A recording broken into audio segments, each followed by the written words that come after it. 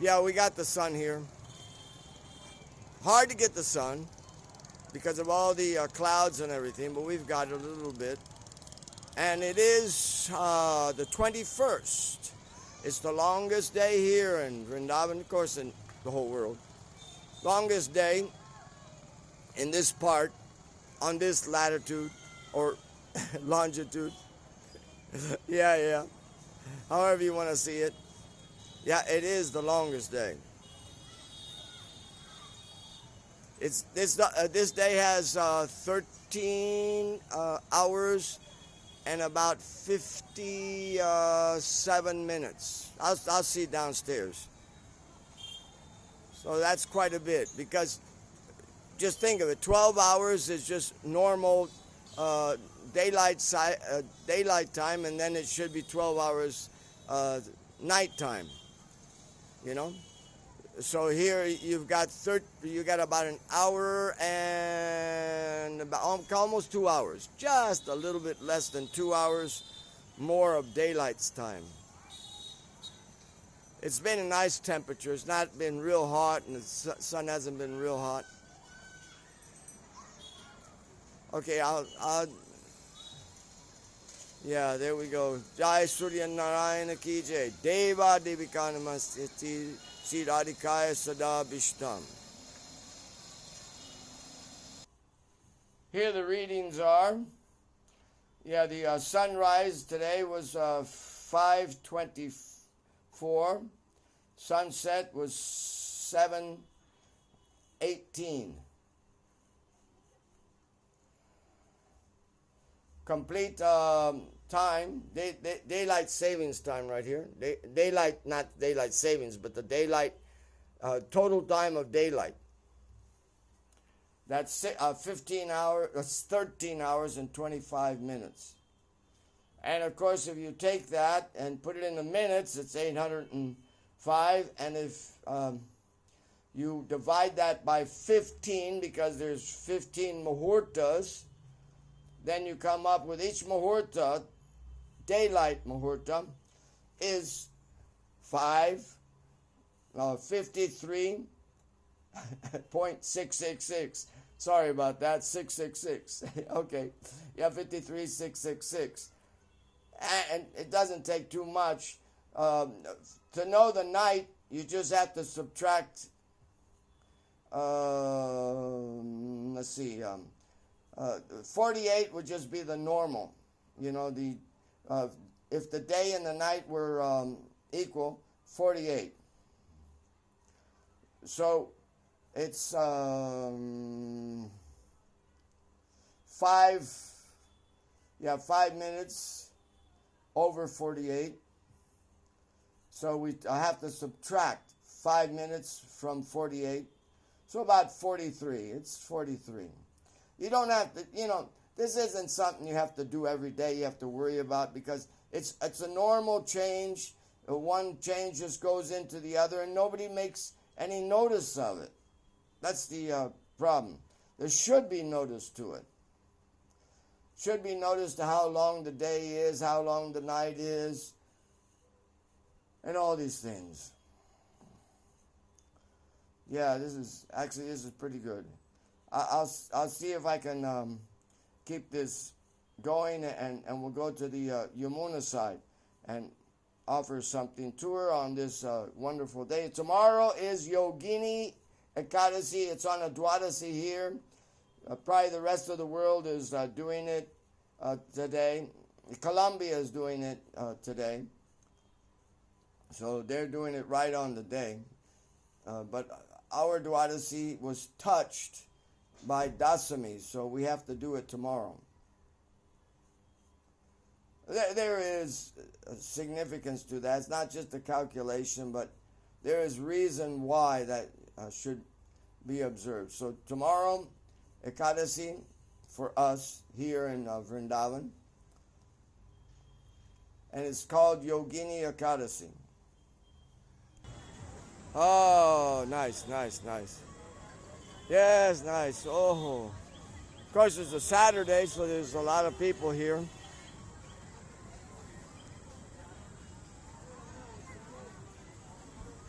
Yeah. Oh, sometimes I can't imagine how wonderful it is.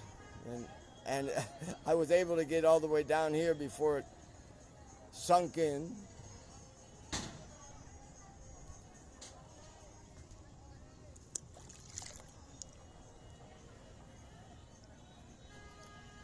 Deva Divikaram Namasyati Sri Radhikaya Satam Bishtam.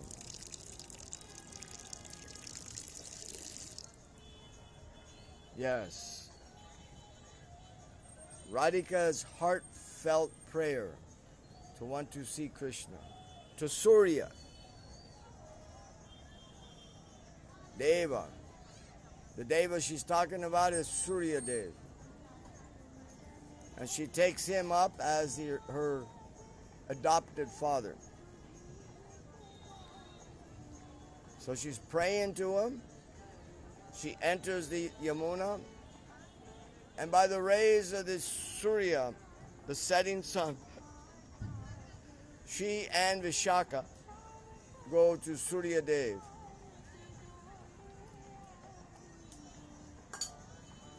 Yeah. Yat chakshuresha savita sakala grahanam raja samasta suramurti rasesha tejaha yasyagya yam pramata sambritta kala chakro govinda maripurusham tamahama jamin. That's the prayers of Brahma to Surya. Yeah. Well, that was sunset on the solstice, the longest day here on this latitude.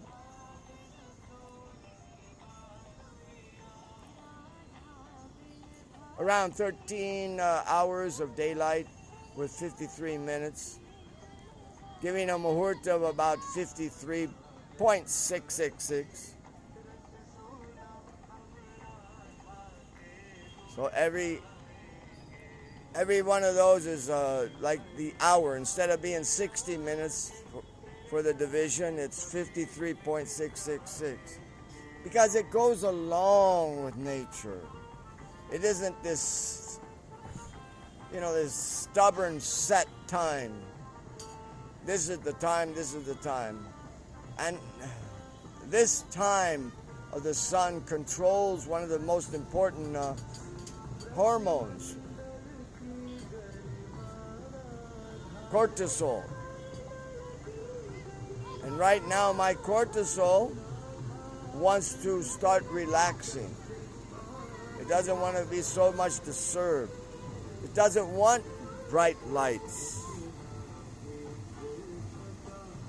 It doesn't want bright lights. And where is that? What is it in control of? It is in control of the muscle that is in all our veins and all our nerves. It's in that control. Of course, that would mean all the muscles of the body and everything. But those are the most important. The veins where your blood go, if you molest it and you try to make it work hard, it's going to strangle the flow of the blood. It's not going to allow the blood to flow because you want more out of that blood. It's logical. I want you to give me more energy, although the sun has gone down. I want to do this, that, and the other. But to do that, our energy comes from the sun, and the sun has gone down. And you're asking Cortisol to give me all my energy. You can't do it. You will. And it is called the stress, because people stress it out. It's called the stress hormone. So you stress this hormone out. You stress your whole nervous system out. You stress it can't be, overestimated. It's an important hormone. And of course it does affect all the hormones. the hormones for sleeping. Serotonin for waking. Melatonin for sleeping. It's the same hormone, but it changes from the rising and the setting of the sun. Also, it controls your ability to meditate or sleep in different times. And the most preferred time is the delta. And the delta is deep sleep, samadhi. We go into sleep, we lose consciousness and everything. But the yogis, that's the samadhi time, delta time. But our only delta time is late at night. And if I'm activating my eyes with these computers and everything late night and I'm not sleeping, or I eat too close to the time to sleep, then the melatonin, the serotonin, they're not going to work right. The person is not going to be able to sleep. And then they complain about insomnia. No. The muhurta is very important. And the muhurtas are pointed out. The muhurta that you're supposed to sleep in, if you look them up, you'll see that they're pointed out as inauspicious. What does that mean? You should not be awake. Even there's some within the daylight time that it's better to go to sleep because there has to be changes made. Yeah. Let's say the person should get up around 3:30 in the morning. So at sunrise, the person's body should be tired. So the two muhurtas right after sunrise are inauspicious. They are times for resting. During the day, you can't completely rest. It's always, your eyes are always moving. It's called REM, rapid eye movement. So you can't really rest during the day. Sleep. Only at night you can sleep. Oh. So that's a good time. And then if you calculate that, that's, after those two muhurtas have passed, it's time to go to work. So you should rest. It all is very logical. Then sometime after eating lunch, not right after eating lunch, but sometime after eating lunch, another two muhurtas of resting. And of course that coincides, Krishna's resting with the cowherd boys out there with the cows. So again, you should take some rest. Right now it's sunset, no eating. Yeah, no eating at sunset, and it shouldn't be done for about 2 muhurtas. Now, if you go into it, you find out so much about the muhurtas and what's auspicious time and what's inauspicious time. It is not speculation. It's human life. It is not this digital life, it's human life. Okay, you need digital life, okay, no problem. But what should predominate is human life.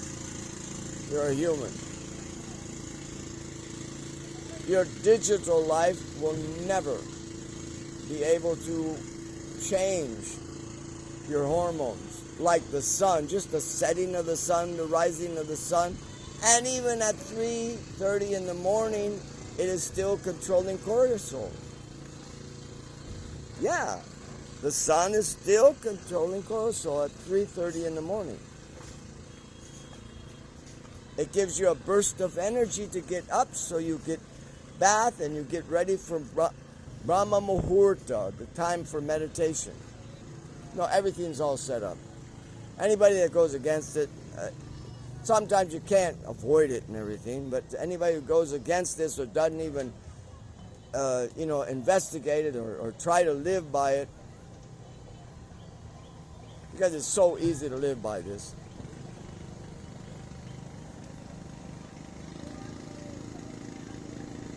No, they've aparted themselves so much. Everybody, they go for having a child and everything. They go to the hospitals and everything.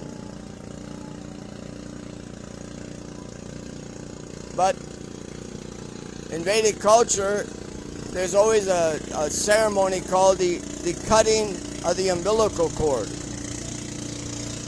So one would say, you can't have the priest there all the time and everything, and how is this ever being done and everything? Well, you're not supposed to cut the umbilical cord right away. The umbilical cord should be cut in a certain manner. Yeah. And why is that so? Because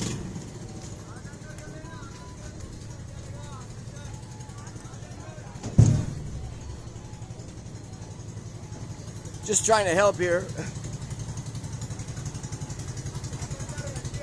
Watch it. Yeah.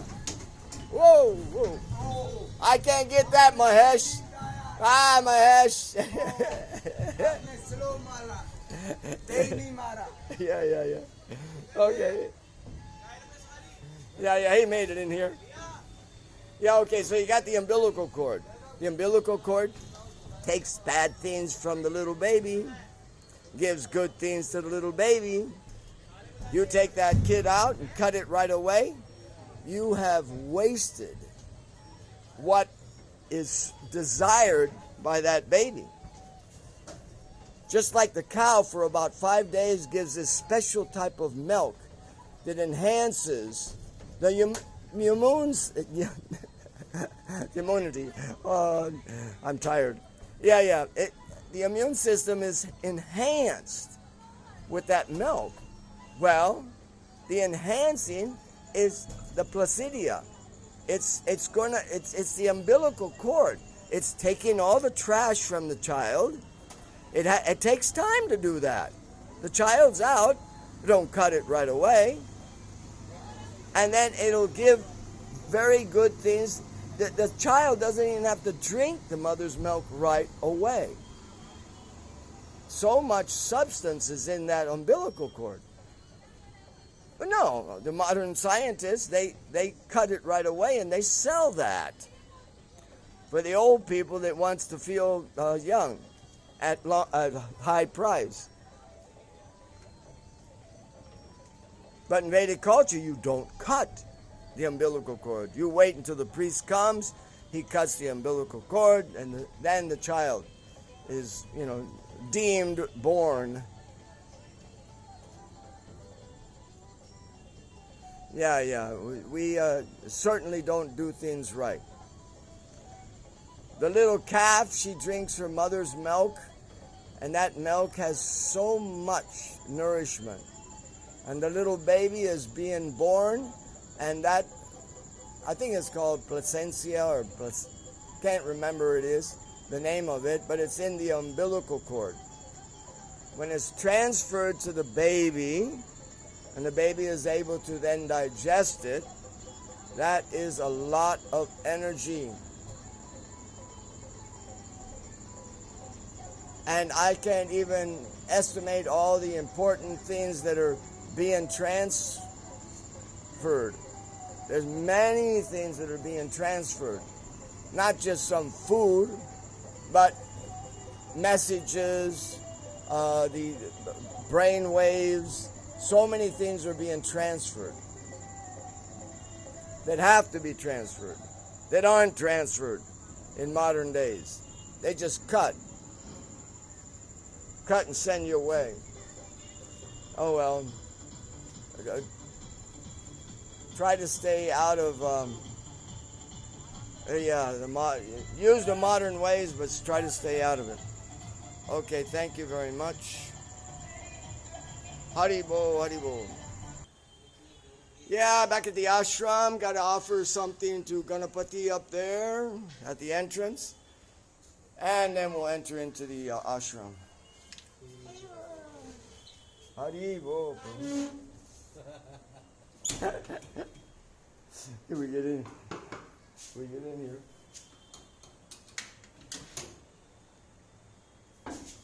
Yeah. Jai Nrsimha Jai Nrsimha Jai Jai Shri Nrsimha. And a little bit of Yamuna water for everybody. Yeah. Jai Jai Nrsimha Jai Nrsimha Jai Shri Nrsimha. Yeah. Ah, Vishnu Priya Garanga, Vishnu Priya Garanga, Vishnu Priya Garanga. It's just amazing how the mantra for attracting Vishnu Priya and Gauranga is the Hare Krishna mantra. Yeah, just the Hare Krishna mantra, nothing else than that. Who can't chant the Hare Krishna mantra? This doesn't underestimate the dire need for a pure devotee to guide us. That doesn't underestimate. I have met Srila Bhakti Rakshaka Sridhar Dev, but I didn't know who I was meeting. I have met Bhakti Pramod Puri Maharaj. I have met Srila Prabhupada. I have met Bhaktivedanta Narayan Maharaj. And we need them. But in the Kali Yuga, very difficult. He's a man, this man wanted to give the world the Hare Krishna mantra. Very difficult to find pure devotees in some places of the world. So he made it very simple.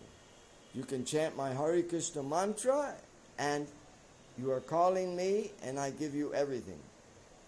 You have all the abilities that a Brahmana has. Yes, you have, I'm telling you, you have all the abilities that a Brahmana has. You are initiated by the Hare Krishna mantra.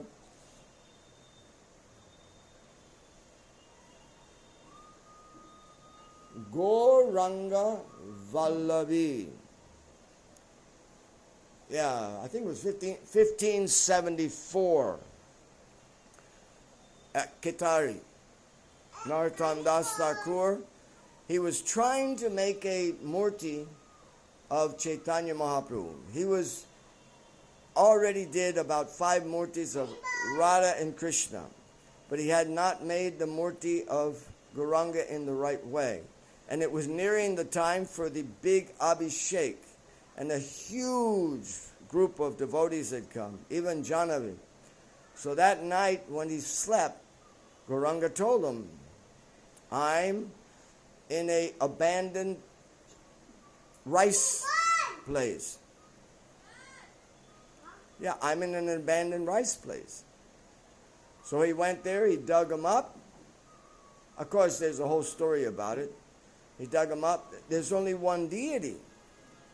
But he was told to call him Gauranga Vallavi. So at that time, everybody worshipped one deity as Radha and Krishna. One deity like that. Later, Jiva Goswami, our Shastric personality, said that Vishnu Priya can sit at the left of Gauranga.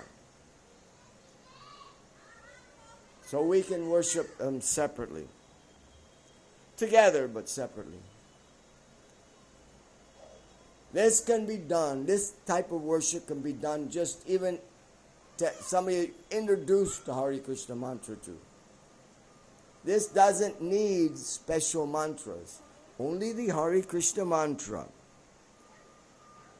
No details on how to offer the prasadam, no details on how to do the artik, no details on anything. Just do it. Hare Krishna mantra and think of Vishnupriya Gauranga. You're totally protected. Totally, unconditionally protected by them in this Kali Yuga. But Srila Prabhupada added, when he was giving the Gayatri Mantra in his tape, he said, you can hear this Gayatri Mantra in this manner, but we had a duty. The duty was, when you see someone qualified, hear from them. Yeah. So when you see somebody qualified, you hear from them. So that is the condition. But the whole world is very difficult to come and see somebody qualified. And those that are qualified, very hard for them to meet everyone. Just give everybody the Hare Krishna mantra, tell them to offer their prasadam up, and that is their Gayatri. That is their Gayatri, that is their puja, that's everything. And everything will be built upon it. We can go to the other rooms here. Take them a little bit of Yamuna water. Vishnupriya Gauranga there. There's Gorni Thai. The Gopals. The Gopals. Yeah. And Gorni Thai.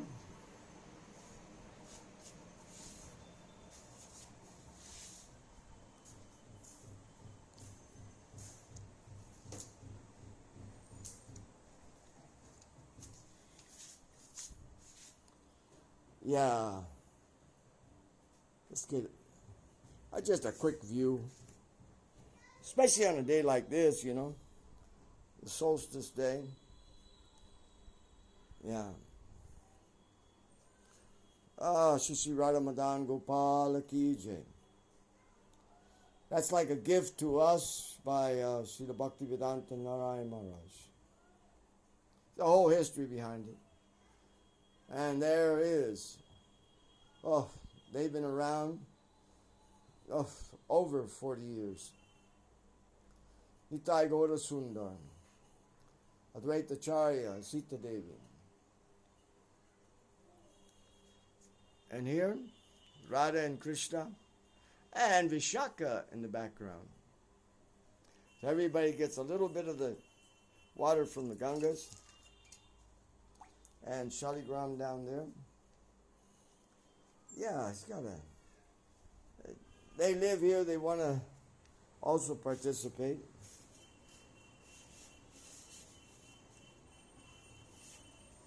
The only other place that I take a little bit of water is up to Tulsi. And right now it's too dark for you to see or anything. So I'll end it right here.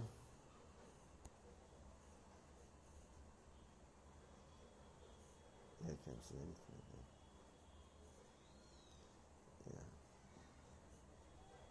Yeah, puja should be over right now. Let's end it and give them their prasadam. They're waiting for their prasadam.